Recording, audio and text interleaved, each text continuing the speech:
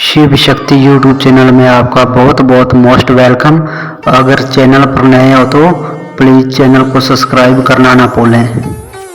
नमस्कार दोस्तों, एक और नई वीडियो के साथ प्लीज़ वीडियो में अंत तक बने रहें।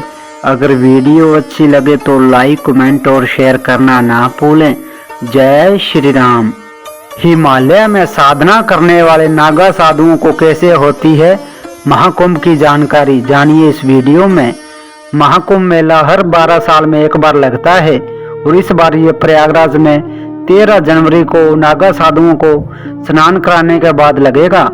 इस मेले में नागा साधु खास तौर पर मौजूद होते हैं। इन साधुओं के रहने का तरीका और उनके रहस्यमय तौर तरीके हमेशा से लोगों का ध्यान खींचते रहे हैं।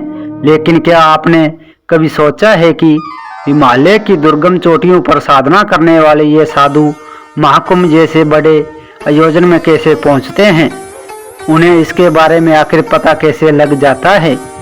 ऐसे बहुत से सवालों का जवाब उनके जीवन से जुड़े कुछ रोचक रहस्यों में मौजूद हैं। आज हम आपको नागा साधुओं के 3 बड़े रहस्यों के बारे में बताएंगे। कैसे पता होती है महाकुंभ की तिथि? नागा साधु 12 साल तक ब्रह्मचर्य का पालन करते हैं और पूरी तरह से अपनी साधना में लीन रहते हैं। वे हिमालय की ऊंची चोटियों पर एकांत में रहते हैं, जहां उनका जीवन बाकी दुनिया से अलग होता है।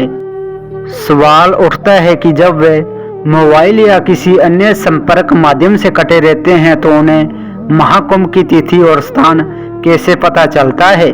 इसका जवाब यह है कि नागा साधुओं के 13 अखाड़ों के कोतवाल महाकुंभ से पहले साधुओं तक ये जानकारी पहुंचाते हैं।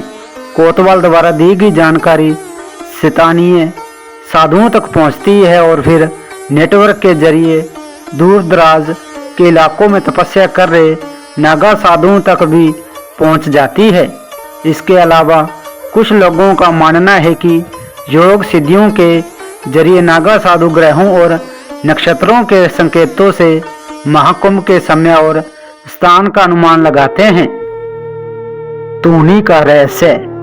नागा साधुओं के जीवन का एक और दिलचस्प पहलू उनकी पवित्र तूनी है।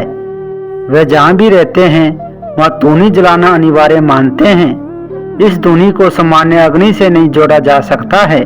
इसे मंत्रों के साथ और खास मुहूर्त पर जलाया जाता है।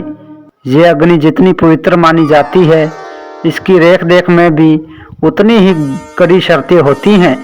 अगर तूनी जलाने वाला साधु किसी कारण से चला जाए तो वहाँ एक सेवक मौजूद होना चाहिए। नागा साधुओं का मानना है कि अगर वे तूनी के पास बैठकर कुछ कहते हैं तो वे पूरी हो जाती है।